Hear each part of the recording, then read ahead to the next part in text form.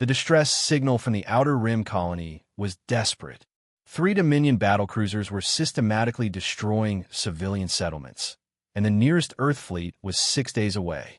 Too far to matter. That's when the junkyard dog heard the call. She wasn't supposed to exist anymore.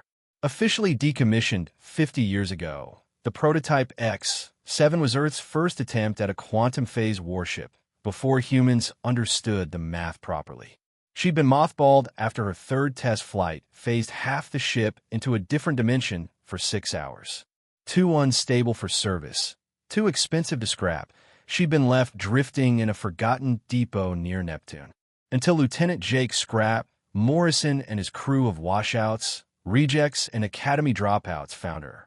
They'd been assigned to catalog old equipment, but Jake had other ideas. 6 months of unauthorized repairs using salvage parts, duct tape, and what one engineer called aggressive optimism, and they'd gotten her flying. Barely.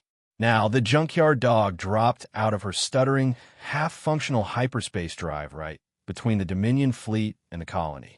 Shields flickering, hull patched with different colored metals like a quilt. One engine misfiring badly enough to leave a trail of plasma. The Dominion commander laughed over open comms. Earth sends us scrap metal? How pathetic. Destroy that rust bucket. Jake looked at his crew. 15 misfits who'd never fit Earth's military standards. Sarah, drummed out for ignoring orders to save civilians. Marcus, too old for active service, but who could make any engine sing. Chun, the physicist who'd been laughed out of the academy for her impossible theories about making broken quantum drives work better than functional ones. Chun, Jake said calmly, remember that thing you said about phase variance and damage systems? She grinned. The thing they said would implode the ship. That's the one. Do it. The Dominion battlecruisers opened fire. Concentrated beams that should have vaporized the old prototype. Instead, something extraordinary happened. The damaged phase drive, operating completely outside design parameters, shifted the junkyard dog into 17 different dimensional states simultaneously. She existed as vapor, solid, plasma, and probability. The enemy fire passed through, into, around, and somehow behind her. Return fire, Jake commanded.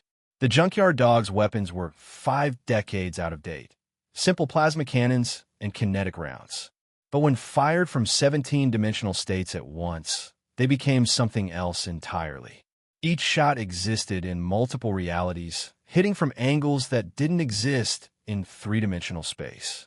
The first battlecruiser's shields, designed to stop conventional attacks, couldn't process impact from inside, outside, and sideways to reality.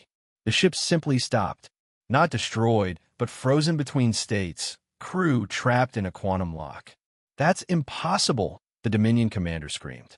Yeah, everyone keeps telling us that, Sarah replied, manually targeting because the automated systems had failed years ago. Marcus, can you give me more power? If by power you mean controlled explosion, then yes. The second battlecruiser tried to retreat. The junkyard dog pursued, phasing in and out of reality like a glitching video game character. Half real, fully dangerous. Her damaged core created a probability field that made targeting her impossible. She was where she was, wasn't, and might be. Chen's console exploded. She put out the fire with a foam extinguisher they'd stolen from a civilian freighter, never stopping her calculations. Jake, if I reverse the phase variance, we can. English Chun, we can exist in their engine room. Do it.